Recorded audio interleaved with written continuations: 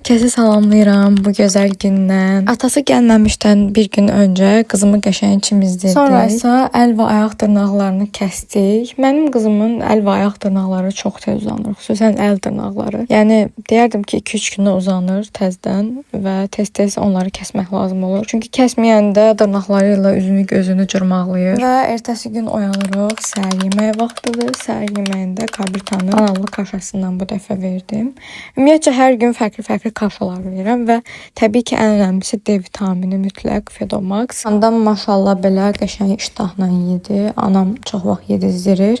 Anamla yeyəndə daha rahat yeyir və ardından hardasa yarım saat, 1 saat sonra da su, çay verirəm. Çox vaxt suyu rədd edir, yəni içmək istəmir. Ona görə çay verirəm. Çayı da əslində bir qaşıqdan az atıram ki, yəni daha çox su əsaslı olsun. Və indi isə günün ən şirin hissəsindəyik. İnci oynayır, gülür, sanki evə enerji saçır. Əslində körpəklərin xoşbəxtliyi üçün sadəcə ananın biraz sakit olmağı mənə görə kifayətdir.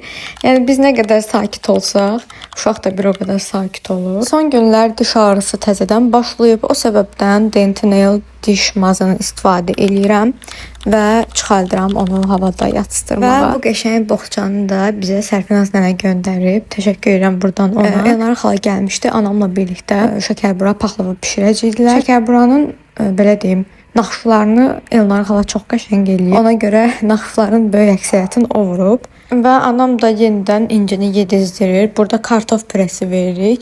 Artıq öz yediyimiz yeməkləri veririk. Ayrıca yemək hazırlamırıq. Yəni ehtiyac olmadıqca hazırlamırıq da belə deyim. Bizim öz bişirdiyimiz yeməklərdən kartofdur, nə bilim, bəzi ətlərdir və s. Kotleti ən son demişdim ki, yeyə bilir artıq. Atamız bizə sürpriz elədi. Gəmidən qaçıb gəldi bizi görməyə. İnci normalda heç vaxt atasına doğru belə qucağına al və s. deməzdi. Amma nə yaxşı, yəni çox sevindik ki, bu dəfə bu hal baş verdi. Görürsünüz də necə qəşəng oynayırlar. Yəni o qədər sevindi ki, özü də mən də. Çünki adətən hər gələndə axı onu çox görmür, ona görə də yaxşı tanımır. Belə baxırdı, sonra belə ağlayırdı və s. Yəni biraz vəziyyət yaxşı olmur da belə deyim. Birinci dəfədir ki, artıq başa düşür ki, onun atasıdır və qucağına gəldi özü istəyərəkdən. Arada belə maqqaşları da göstərirəm ki, hərəsi öz adını yazdırıb. Burada Sərvinaz nənənin idi, bu isə anamındır. Sonra yoldaşım bərbərə gedib gəldi və belə yenidən başladılar bu şəkildə ünsiyyət qurmağa. Burada da halamdan xahiş elədim ki, İncinin adını şəkərburaların birinə belə yazsın. O da yazdı. Və İncinin yemək vaxtı gəldi. Bu dəfə piçenyalı hazırladım, daha doyumlu olsun deyə. Bu ilk hazırlanan şəkərburalarda biraz üstü qızarıb, anam biraz gec götürüb sobadan, amma olsun, daha da çox qəşəng idi. Və paxlavanın belə formalı kəsimini bacıma tapşırdı anam. Görürsünüz də necə sərgəli qoyulub. Burada həm anam, həm də xalam işləyib bunları üzərini. Və yenidən İnci xanımın yemək saatı gəlir. Burada unutmuşam artıq ona nə verdiyimizi. Tam olaraq xatırlamıram. Böyük ehtimal sup hazırlayıb vermişdik. Paxlavaları sobaya verməmişdən öncə anam yumurta ilə bu şəkildə fırçalayır paxlavaların üstünü. Burada isə sizə dünyanın ən gözəl görüntüsünü göstərəcəm. O qədər sevindik ki, yəni atasının gəlməyinə. Baxın, burada belə tortumuz da var. Əslində, yəni götür-qoy eləyirdim ki, görəsən bunu sifariş eləyim, eləməyim və uyğun bir yer tapdım, sifariş etdim. Normalda əksər tort mağazalarından soruşanda dəhşət baha qiymətlər deyirdilər və ən qəşəng, ən sərgəli əl işləri olan səhifəni də tapdım. Burada qeyd eləyəcəm. Magnolia Cake House. Mütləq buradan sifariş eləyin əgər istəsəniz. İnşallah ki, mən belə qəşəng tortları artıq oradan sifariş eləyəcəm. Və burada da İnci öz keyfindədir. Heç vecinə deyil oradakı böyük şəkərbura. Ertəsi gün halbuki o qədər oynayıb o şəkərbura ilə. Qeyd etmək istəyirəm ki, bunun alt hissəsi yeməlidir və kənarlardakı şəkərbura da Elnara xala ilə anamın bişirdikləridir. Üst hissə isə dekor məqsədlidir. Yəni 3D tort gedir bu. Bu yeyilən tort deyil. Ancaq aşağı qismi yeyilir. Hardasa 6 nəfərlik sifariş eləmişdim. Bu gün bizim üçün çox xüsusi bir gündür. Çünki bu İncinin həyatındakı ilk Novruz bayramıdır. Novruz sadəcə sıradan bir bayram deyil mənə görə. Yenilənməkdir, ümiddir, başlanğıcdır. Ən əsası isə ailə deməkdir. Yəni hər kəs bir yerə yığışır və birlikdə vaxt keçiririk. Və mənim üçün bu bayram bu il çox daha fərqli oldu. Çox daha həvəslə hazırlaşdım. Hətta xonçaları da çox həvəslə hazırladım. Tək özümüzə deyil, mənə sifariş edən xanımlara da çox ürəklə hazırladım. Çünki bu il mən artıq tək deyiləm.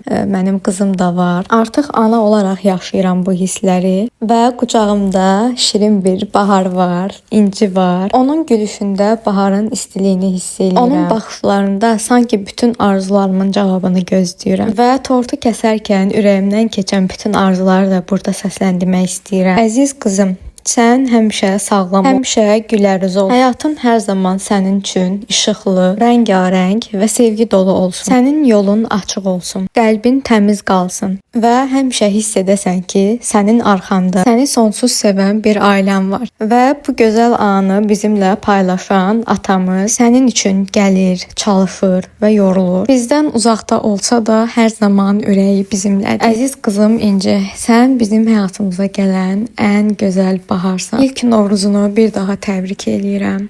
Arzu edirəm ki, burada yığışmağımız, belə gözəl süfrələr, belə isti ailə ortamı həmişə davam eləsin. Hər bayram bundan da gözəl olsun, bundan da yaxşı olsun. Sonradan xalası da bizə qatılır və qızımı gəzdirir, əyləndirir.